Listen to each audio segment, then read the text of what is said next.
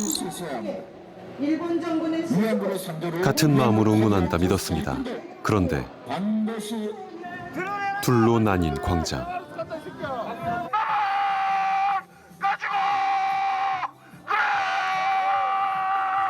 일본군이 미쳤다. 소녀를 납치했다고?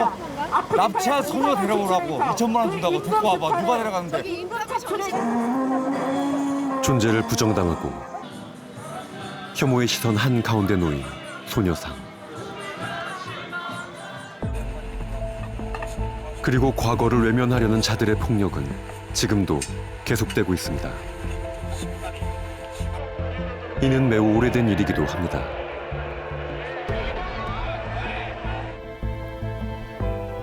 그래서 30년 전 그날, 세상 앞에 나선 한 사람. 그 한 사람의 용기는 우리에게 더욱 기적 같았습니다.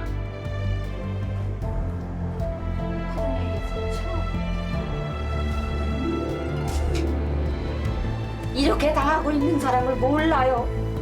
한국에서 이것을 몰라줘요. 일본에선 더군다나 없대요. 모르니까.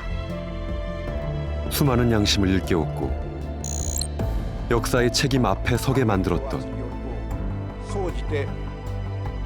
일본군 위안부 피해자 김학순의 외침. 그 목소리를 다시 들어보려 합니다.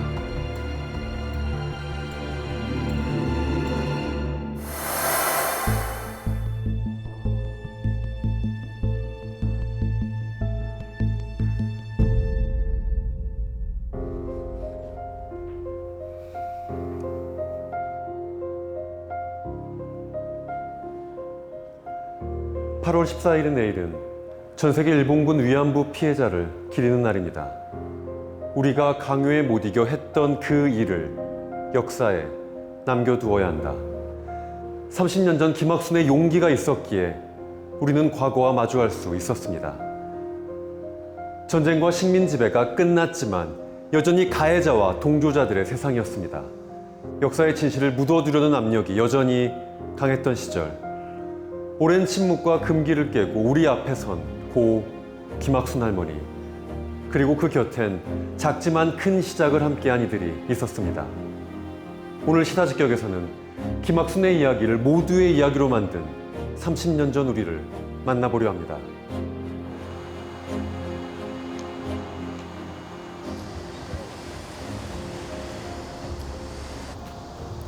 한 세기 가까이 역사의 무게를 짊어지고 걸어왔습니다.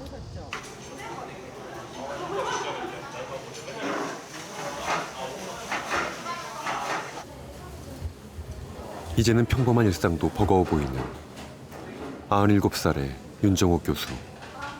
오랜만에 뭐 드시니까 어때요, 선생님? 파인애플 볶음밥. 괜찮아요. 괜찮아요?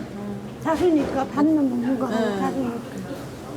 요즘 그 위에 옥상에 그 휴게 공간 있잖아요, 정원. 있어요. 거기 가봤어요, 최근에? 가봤어.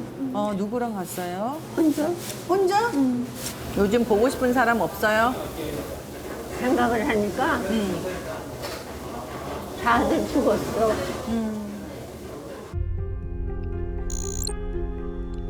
윤정옥 교수는 일본군 위안부 할머니들과 늘 함께 있었습니다. 일생을 바쳐 살아있는 위안부의 진실을 길어올렸고 한국을 넘어 국제사회에 이를 알려왔습니다. 그리고 여기 파지 이 창살 있지요. 조그만 창이 있는데 아주 무거운 창살이 박혀 있습니다. 오늘날까지 박혀 있어요.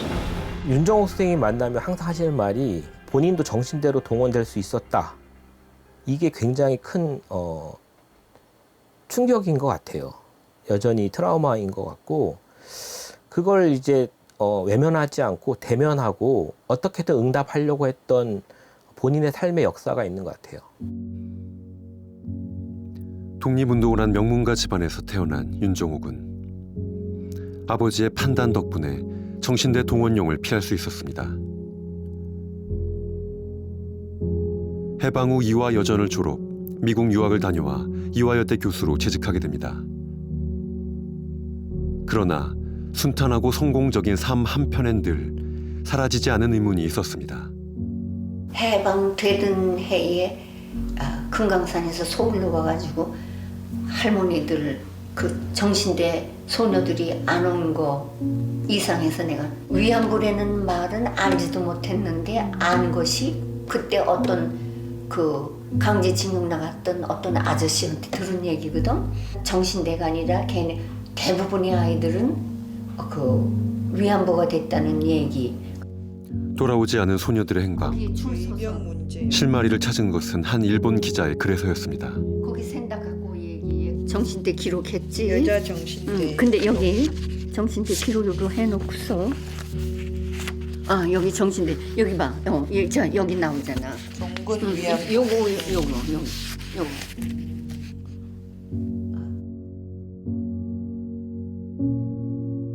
이건 군수공장 여기구나. 여기 있다. 얘네들은 위안부야. 얘네들은 위안부야. 얘네들은 틀림없어. 위안부 얘기 사진 나온. 여기 본격적으로 달라붙은 건 뭐냐 하면은 내 질문은 위안부가 뭐냐였다가 그게 뭐라는가 사람이 사람한테 이럴 수가 있나? 그다음 퀘션은 그거였다. 그러니까 내가 그걸 이제 물고 늘어진 거지. 사람이 사람한테 이럴 수가 있나? 그러나 해방 후 한국 사회에서 위안부는 역사적 문제보단 선정적 호기심의 대상으로 머물러 있었습니다. 전쟁 피해자가 아닌 타락한 여성으로서 대중문화에 등장했고 위안부의 참상을 다룬 소설들은 에로 영화의 소재로 각색되었습니다. 참혹했던 피해 사실조차 관객의 관음증을 자극하는 방식으로 다뤄진 겁니다. 루포타이저 형식으로 썼거든요. 왜냐하면 실상을 알리고 싶었으니까.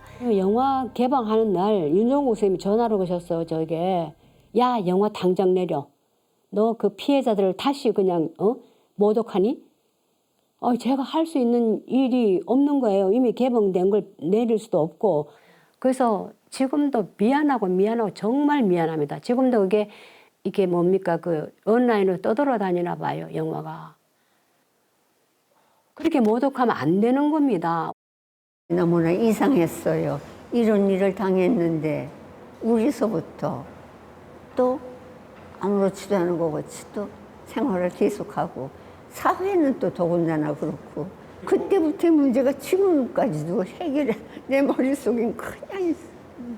선생님은 그게 자기의 문제일 수도 있다고 생각하셨었던 거죠? 내 문제니까 그렇게 밤새 욕먹어가면서 일본으로 말이지 중국으로 홍콩으로 다녔지요.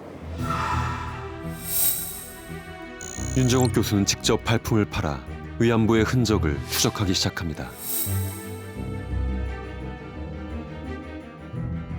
제도권 신문 아니면 보편적인 그 언론에서 나오기 시작한 거는 윤종국 쌤이 거기 오키나와 거기에 탐색 그걸 하면서부터 그 기사를 한겨레 신문에 연재를 하면서부터 시작된 거예요. 그게 때부터 실제로 신문을 읽고 사람들이 얼마나 많이 의식이 바뀌었겠습니까?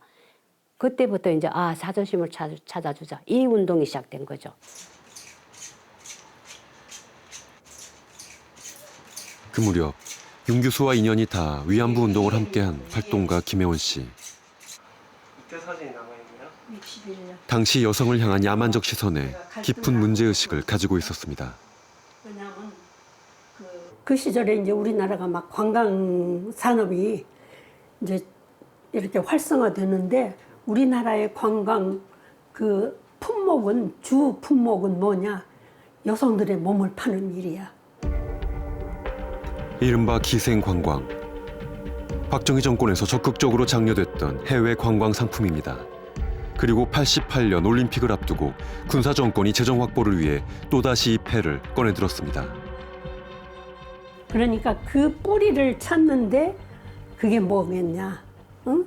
국가가 여성의 몸을 착취를 하고 이런 인권 탄압의 시발점이 어디겠냐?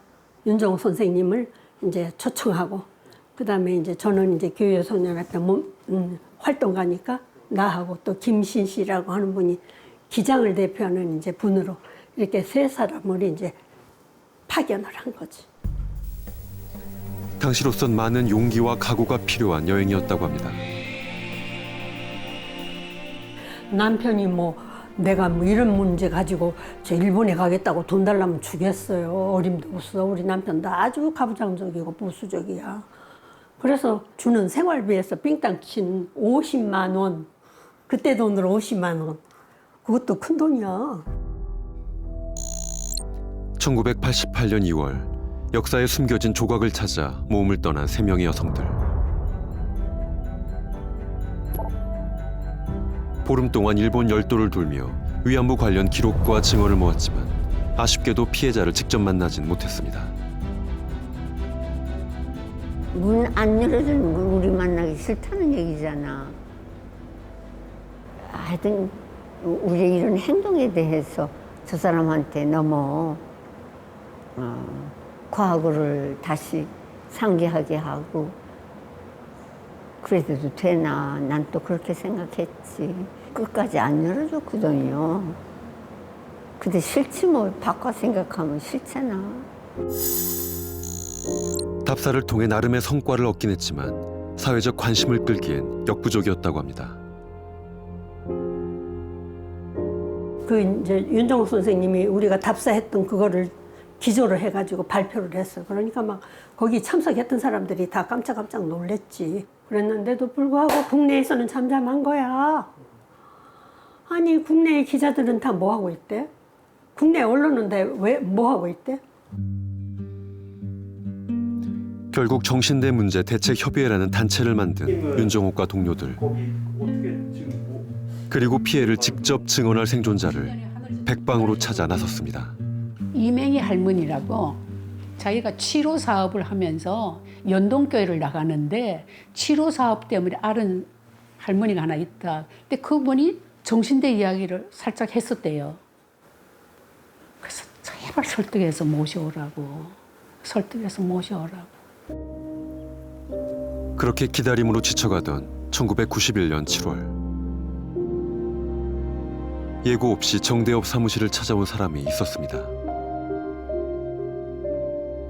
밤비라고 하는 사슴, 옛날 어렸을 때 우리 동화책에 봤던 그 밤비처럼 눈이 크고 까맣고 그러면서 꼼뻑꼼뻑하고 이렇게 쳐다보고 있는데 아 저렇게 예쁘고 당당하고 이런 분이 정말로 그냥 내가 딱 만나니까 아우 도저히 처음에는 그 자리에서 인터뷰할까 하다가 아니다 싶어서 제 방으로 모시고 갔어요.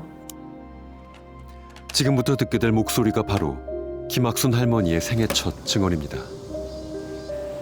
내 이름 김학순이요. 지금 쓰는 이름은 김학순이에요. 그때도 김학순 씨였었어요? 아니요.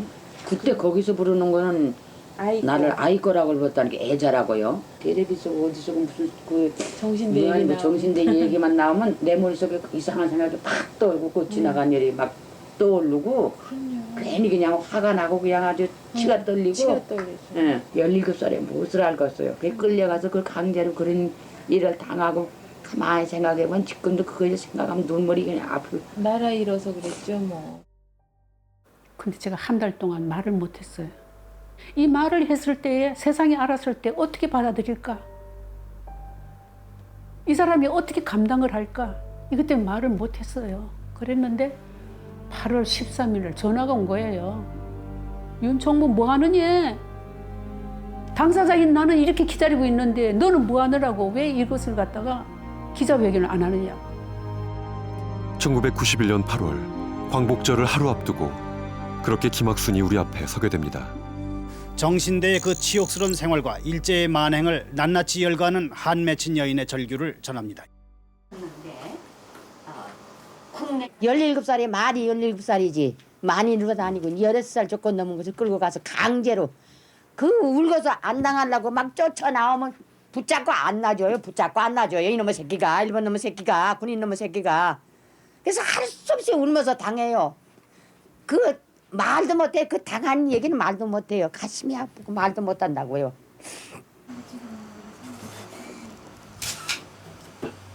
이렇게 당하고 있는 사람을 몰라요. 한국에서 이것을 몰라줘요. 일본에서는 더군다나 없대요. 모르니까. 기가 막혀 말이 안 나와요. 정말 기가 막혀 말이 안. 내 죽기 전에 내 눈 감기 생전에 한번 분풀이 꼭 마을에도 분풀이 하고 싶어요. 이 최초 정언자가 정말 중요하다고 생각하거든요. 김학순 할머니가 최초 정언자였기 때문에 이 운동이 초기부터 굳건하게 설 수 있는 큰 영향을 미쳤다라고 저는 믿고 있습니다. 그 뒤에 정언하시기 위해서 찾아오신 할머니들이 어떻게 알고 찾아오셨습니까? 라고 여쭤보죠 늘. 그러면 뉴스를 보고 어떤 할머니가 나와갖고는 내가 정신대로 끌려갔었다 하는 얘기를 하는 걸 듣고 가슴이 뛰어서 터져서 나오는 줄 알았다. 단 한 명의 증언이었지만 위안부 운동의 세기를 열어줬습니다. 신고센터가 생겼다는 것은 정말 이것은 앞으로의 새로운 열릴 역사책의 장을 하나 새로 여는 전화기 한 대로 시작한 조촐한 신고센터였지만 이를 통해 230명이 넘는 피해 생존자들을 발굴할 수 있었고 일본군 위안부 제도의 실상을 생생히 확인하게 됩니다.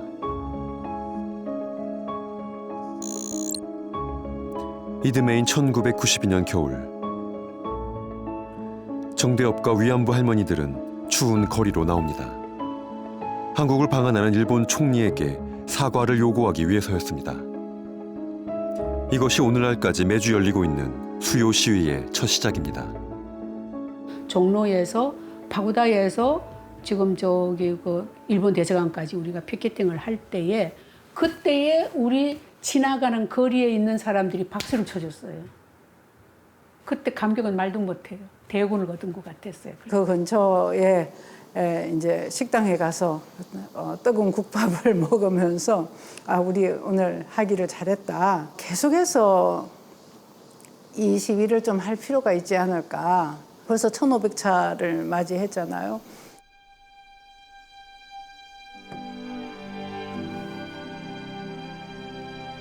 위안부가 있었다는 사실을 증명하라던 일본 정부는 살아있는 증거인 김학순이 나타나자 외면하기 바빴습니다. 그러나 일본 시민사회는 달랐습니다. 김학순의 이야기에 귀 기울이고 진심으로 가슴 아파한 일본 시민들이 있었습니다. 30년 전 가해국 시민들의 양심을 움직인 김학순의 또 다른 증언, 그 영상을 처음으로 공개합니다. 1991년 12월 뜨거웠던 도쿄로 함께 가보시죠.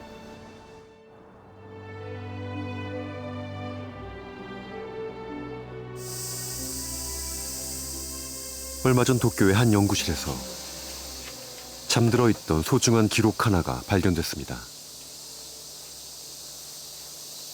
撮影していたこともずっと忘れ去られていて、キム・ハクスンさんの映像がないのかっていうことを改めて探した時に実は見つけたものなんですね。 2시간 분량의 비디오에는 영화의 추위를 녹일 만큼 뜨거웠던 1991년 12월 도쿄의 열기가 담겨 있습니다.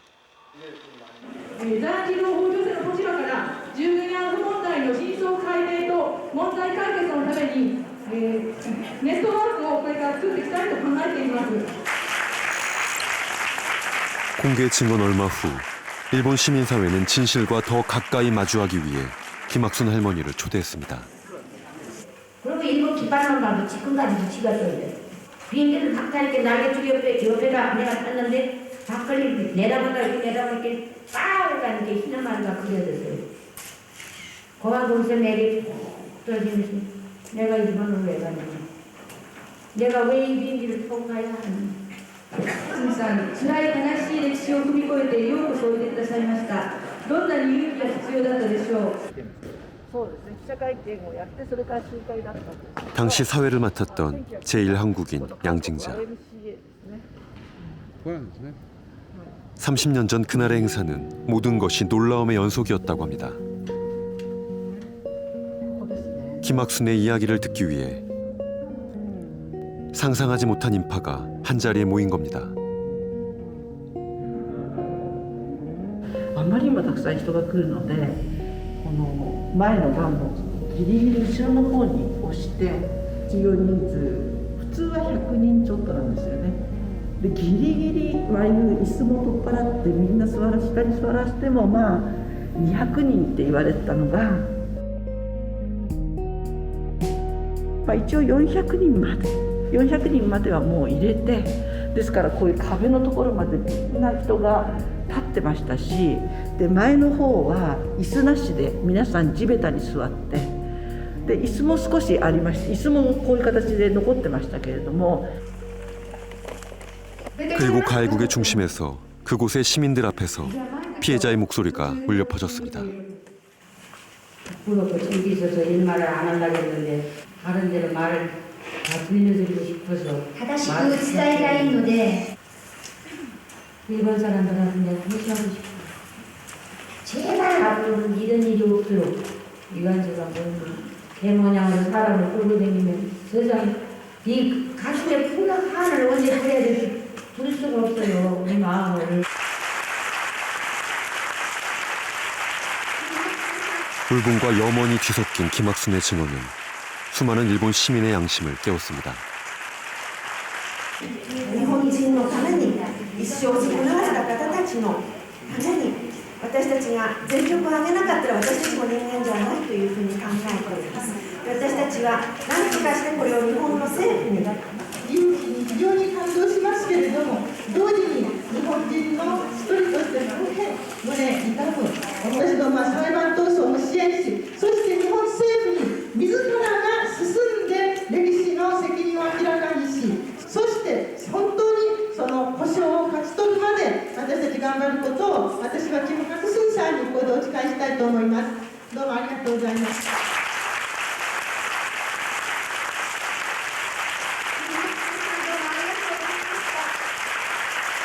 日本が過去にこういうことをしたことに対する驚き、そしてその被害女性が目の前に現れたっていうことに対する、在籍の念みたいなものが日本の市民の中で非常に大きく出てきて、そういう雰囲気の方が当時は圧倒してましたよね。 그리고 이 뜨거운 반응 아래엔 또 다른 위안부의 이야기가 녹아 있었습니다.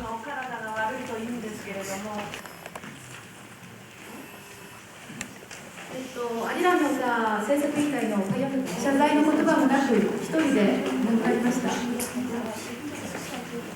どんなに無念だったろうと思います。この10月に沖縄の元従業員であったペボチさんが亡くなりました。アスミさんだけではなく戦場に連れて行かれた何十万という女性たちがそのような戦後をして生きてきたそれを放置してきた我々のたちなんです。 김학순 이전에 알려진 최초의 위안부 배봉기.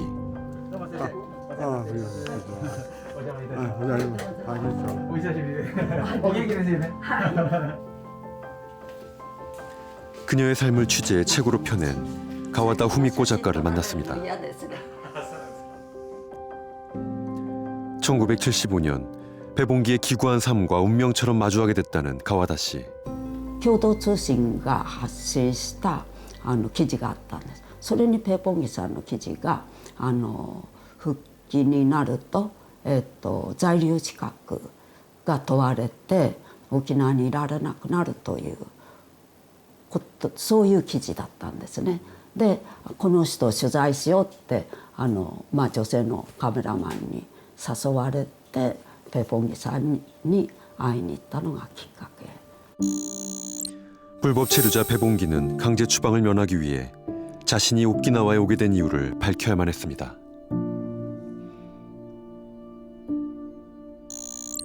하지만 과거 위안부였다는 사실에 관심이 쏟아지는 것을 원치 않았습니다.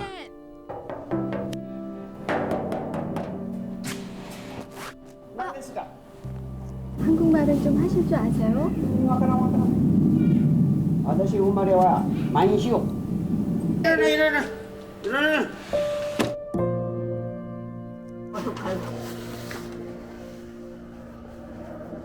그런 배봉기 할머니의 마음을 열어 그녀의 인생사를 기록한 가와다 씨.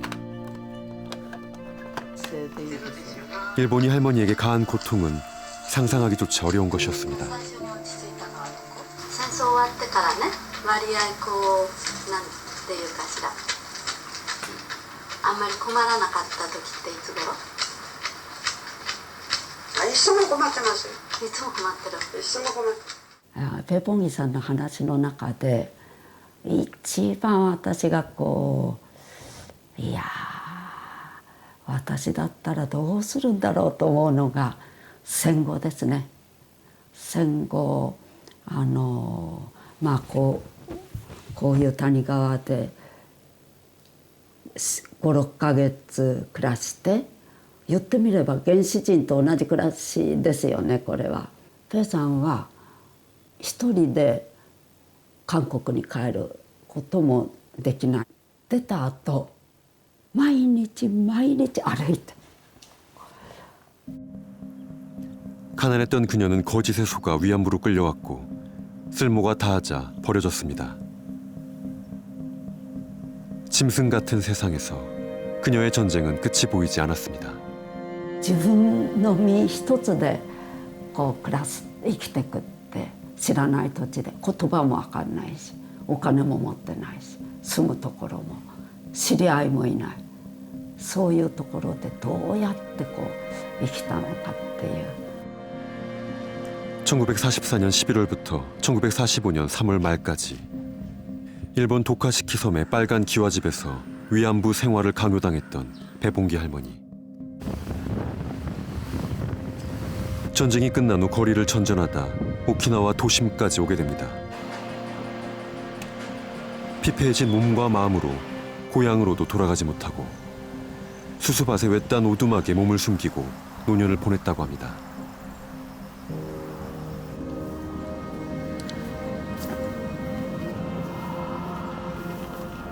집이 아니라 오두막집 거기에서 살고 있었기 때문에 문을 열면 창문도 없고 이 작은 데에서 감아놓고 전기코너로서 불은 물은 떠다 마시고 그러한 생활이었죠. 그러나 세상을 떠나기 전 그녀에게 작은 변화가 일어났습니다. 자기 팔자가 나쁘기 때문에 이러한 운명을 걷고 있다 하는 그러한 생각에 멈추고 있었지만은 소아천안이 세상 떠난 그때 텔레비에서 소했다 하는 소식이 나오자마자 아이고 천상도 안 하고네 왜 가는가 해가지고네 사죄를 받아야 되지 않는가 제 값을 받아내야 한다 그런 말을 하면서 전화해가지고 꼭 원수를 갚아달라. 비록 하늘로 떠나던 날이었지만 또 다른 위안부 김학순과도 인연을 맺습니다. 일본에서 첫 소송을 진행하던 김학순 할머니가 배 할머니 앞으로 조의금을 보낸 겁니다.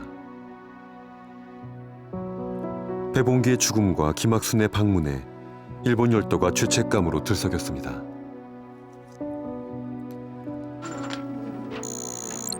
이것은 일본 내의 위안부 실태를 파악하려는 시민운동으로 이어졌습니다. 스스로의 신분을 밝히기 국가했습니다. 도쿄에 설치된 전화를 통해 하루 200여 통이 넘는 신고가 들어왔고 일본에 거주하던 또 다른 위안부 송신도 할머니를 발견하게 됩니다. 한국말로 하시면 좋겠어요. KBS 약간네 나오라 한국말로 샤베리도 있었대요. 한국말로 잊어버렸어요. 한국말로 잊어버렸어요. 그러면 미안합니다. 일본말로 하십시오. 일본 조선 이름 못하고 일본 이름으로 여기 가니까 그래 조선고대 금자 띠나무 있게 돼. 이름이 이렇게 새겨놨네요. 그래서 가네코 띠네 일본고대. 그래 중국고대 봐 진스 띠네. 이나 그 마도 안 가는 거야. 일본군한테 당한 거는 말도 모르고 일본 말도 모르고 마다 지우록사이 16살이 되면 말도 모르고 말도 모르다 굿대기를 막 지금도 굿대기가 멀어가지고 이걸 짓고 있어요 지금. でその中から、在日韓国人の慰安婦である孫新野さん、がですね、孫新野さん、をですね、とともにその裁判を起こすことにもつながっていったということで非常に大きな意味があったと思います。 그렇게 살아있는 증거들이 모여 결국 일본 정부의 공식 사과를 이끌어내기에 이릅니다. 官憲などが直接これに加担したこともあったことが明らかになった。その募集、移送、管理なども還元強圧によると総じて本人たちの意思に反して行われた。心身にわたり癒しがたい傷を負われたすべての方々に対し心からお詫びと反省の気持ちを申し上げる。 1993년 일본 정부가 발표한 고노다마. 일본군 위안부 동원에서 군의 강제성과 책임을 인정하고 사과했으며 재발 방지를 위해 역사 연구와 교육을 실시하겠다는 약속이 담겨 있습니다. 일본 정부가 위안부 문제에 내놓은 첫 담화로 지금까지도 그 중요성이 인정되고 있습니다.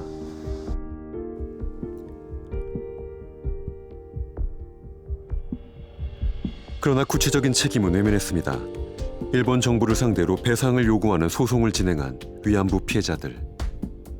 그러자 일본 법원은 소송 자체를 기각해버리거나 피해자가 재판에 참석할 수 없게 법원을 먼 곳으로 옮기려 하는 등 방해 공작을 서슴지 않았습니다.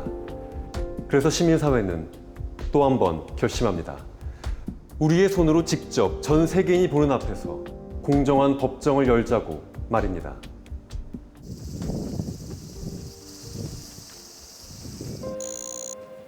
전 세계 일본군 위안부 피해자의 기록을 모은 공간.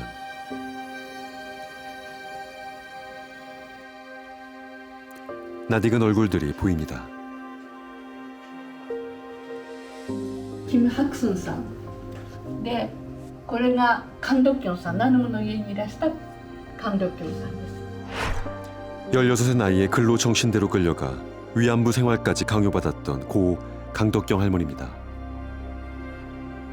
94年に東京地方検察庁に告訴状を持ってきたけど断られて、でも責任者を処罰してほしいっていう思いをずっと抱いていた。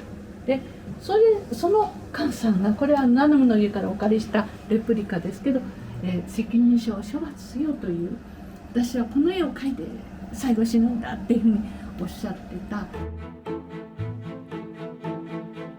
일본 정부를 상대로 제기한 소송이 번번이 기각되는 상황 속에 위안부 피해자들이 평생의 한을 풀지 못한 채 세상을 떠나가기 시작했습니다.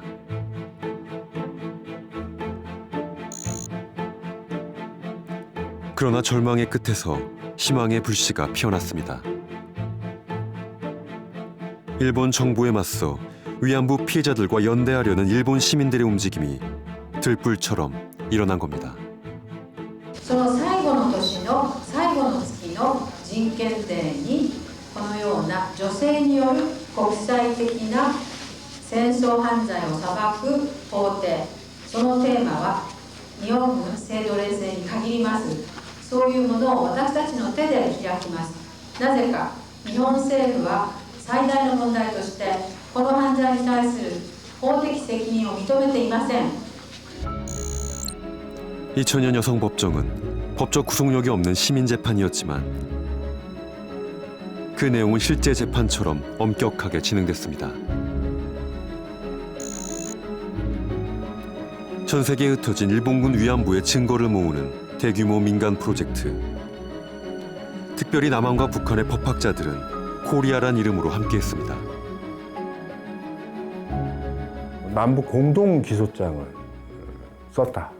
그래서 서로 분단이 되었지만 일본의 책임을 묻는다는 측면에서는 하나가 돼서 하나의 기소장으로 이제 규탄을 한다고 할까요? 세계 각국의 취재진이 몰렸고 한국, 중국, 필리핀 등 10개국의 피해자들이 증언대 앞에 섰습니다. このうち3分の2は海外のメタ。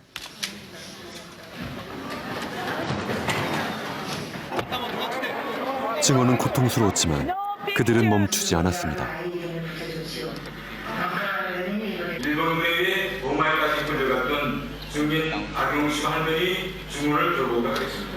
1948년 3월 7일입니다. 일본 선사가 군복을 입고 긴 칼을 잡은 양국동 회장에서 나타났습니다. 당근 나에게 돈벌이가 많이 할 때인데 가장 가능하고 그래서 난 동해를 구해갔습니다. 여기 한돈이가 혹시 계시지 않는지 인하군은 프로레이션에 임신한 상태였습니다. 방금 비디오 증언을 하신 박용신 할머니가 현재 여기 와 계십니다. 박용신 할머니를 여러분들에게 소개해드리겠습니다.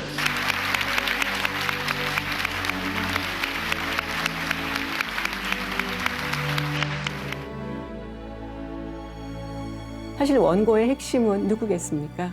위안부 피해자들일 것입니다.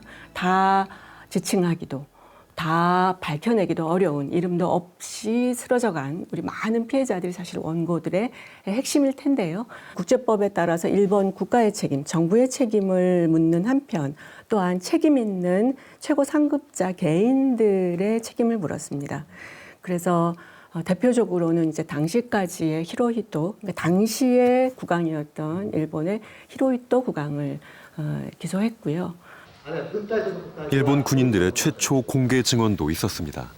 私にははっきりしたことは分かりませんが、日本軍の軍医が週に1回必ず身体検査をやっておりました。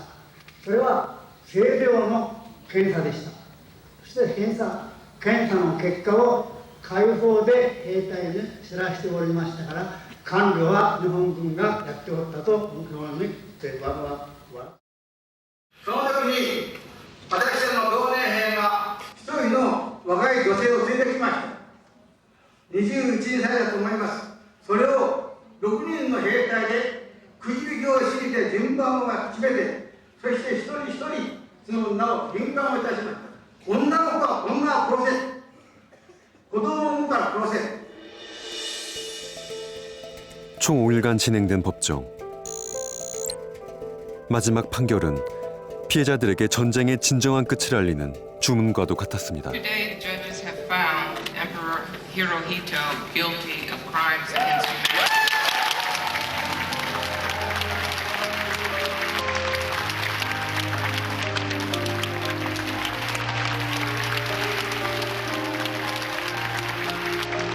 정의가 살아있음을 전 세계가 확인한 순간이었습니다. 히로히토 유죄했을 때 그 구단 회관이 떠나갔죠. 각국의 할머니들이 또 서로 만나갖고 얼싸안고 진짜 장난도 아니었어. 막 울고. 국제법의 기초에서 봤을 때 범죄다. 이런 거를 완전히 하게 한 거죠. 내려지는 날, 이날도 어김없이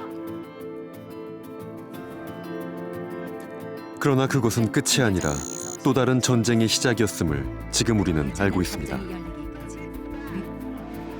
법정이 진행되고 밖에서는 바로 이 사기꾼들을 위해서 일하는 집단이기 때문에 2000년 여성 법정으로부터 20년이 흐른 지금 새로운 미래는 찾아오지 않았고 오히려 뒷걸음질 현실이 눈앞에 펼쳐지고 있습니다. 위안소 설치 관리 및 위안부 이송에 관한 일본군의 직간접적 관여 인정. 둘째, 모집가 이송의 강제성 인정. 셋째, 가혹한 위안소 상황 인정. 넷째, 이상. 그간 어렵게 밝혀낸 위안부의 진실마저 모욕당하고 있습니다. 일본군이 강제로 끌고 간 거 아니잖아요. 아시죠? 정의연이 숨기고 강제로 끌고 갔다고 얘기하는 거예요, 윤미향이. 왜 납치한 소녀 데려오라고 2천만 원 준다고 데리고 와봐. 누가 데려가는데? 저기 인터뷰 정식 사실만 얘기하라고, 사실만. 일본 극우와 너무나도 닮은 목소리가 한국 땅에서 울려 퍼지는 현실을 어떻게 해야 할까?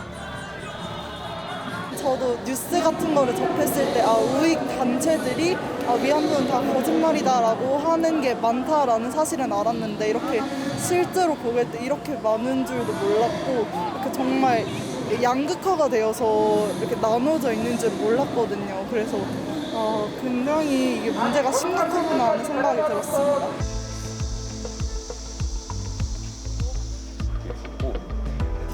위안부 공개 증언 30주년을 맞은 오늘 이 문제를 연구하고 활동해온 이들과 고민을 나눠보았습니다. 운동에 대한 사회적 시선이 좀 변화했다는 거 느끼십니까? 그러니까 예전에는 모두가 다 동의할 수 있는 그런 얘기라고 생각했지만 최근에는 조금 속으로는 다른 생각하고 있는지도 모르겠다 이런 생각을 하면서 대화를 하게 되죠.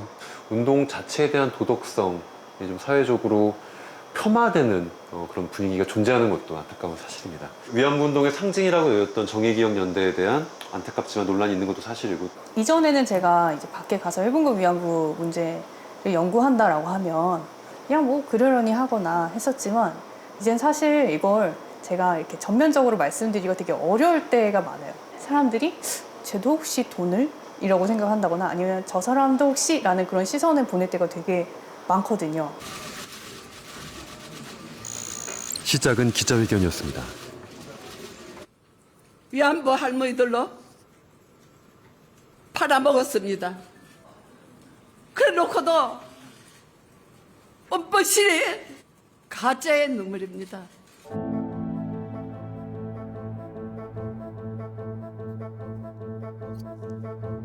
깊은 상처와 심려를 끼친 점 진심으로 사죄드립니다.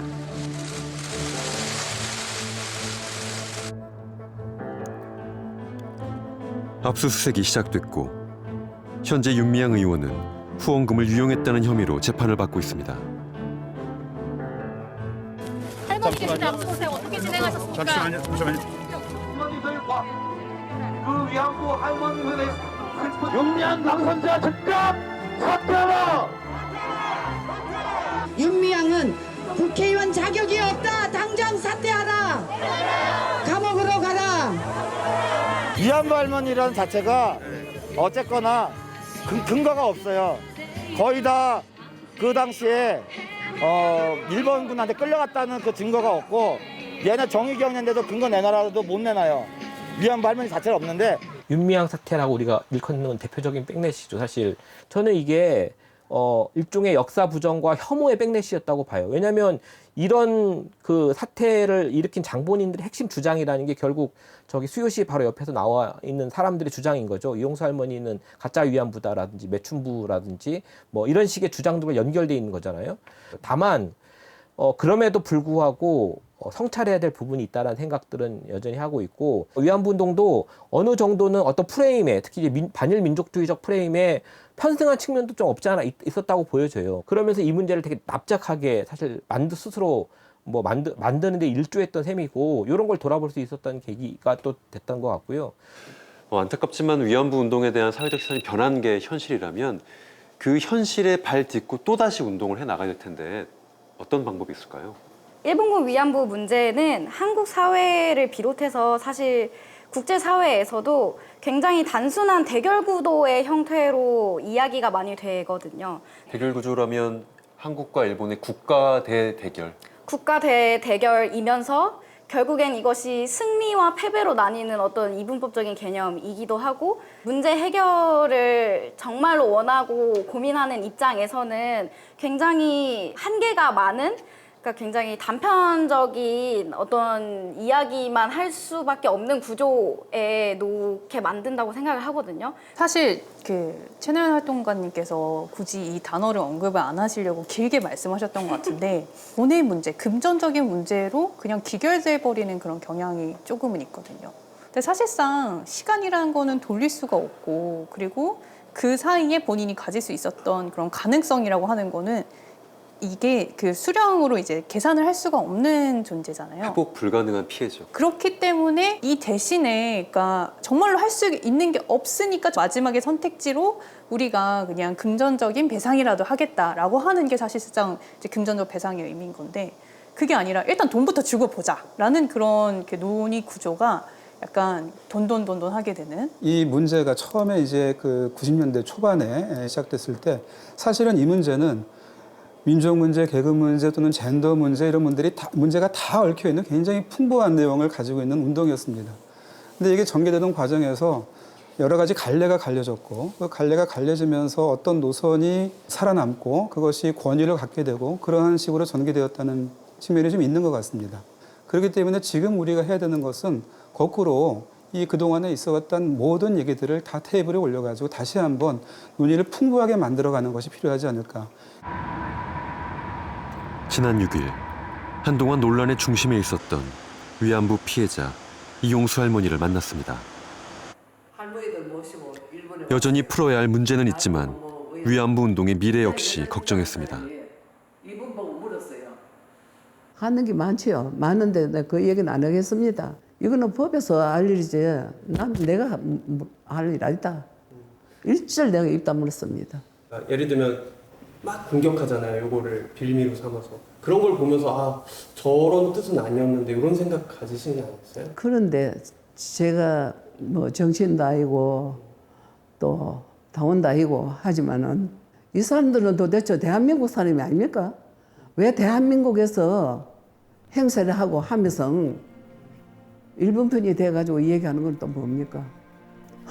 그런데 또 소녀상을 또 이제 철거하라고 하는 또 그런 사람들도 있고 이게 뭔지 모르겠습니다. 도대체 어디 사람들이 하는 건 짓인지 모르겠습니다. 다시 정의를 깨우기 위해 우리에게 또 다른 김학순이 필요한 시점입니다.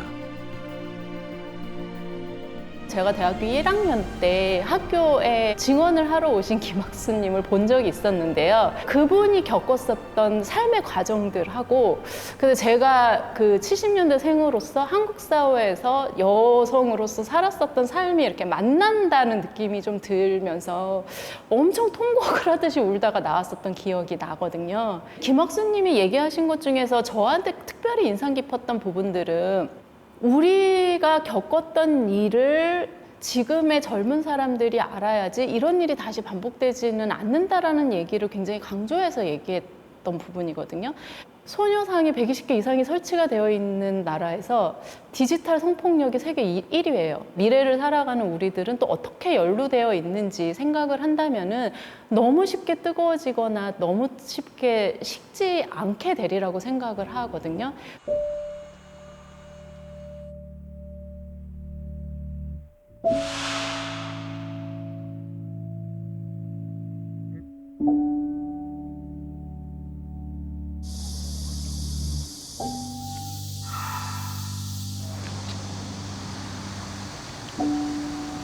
위안부 소녀상에서 나는 성폭력이 없는 모두가 안전하고 즐거운 세상을 생각합니다. 모든 유형의 성착취가 사라진 세상을 꿈꿉니다. 아동 청소년을 성범죄로부터 보호하고 안전한 환경을 만들어주는 것이 무엇보다 중요하다고 생각합니다. 국가폭력으로 난민이 된 피해 생존자들의 인권을 생각합니다. 모든 전쟁과 전쟁 범죄에 저항하는 이들을 생각합니다.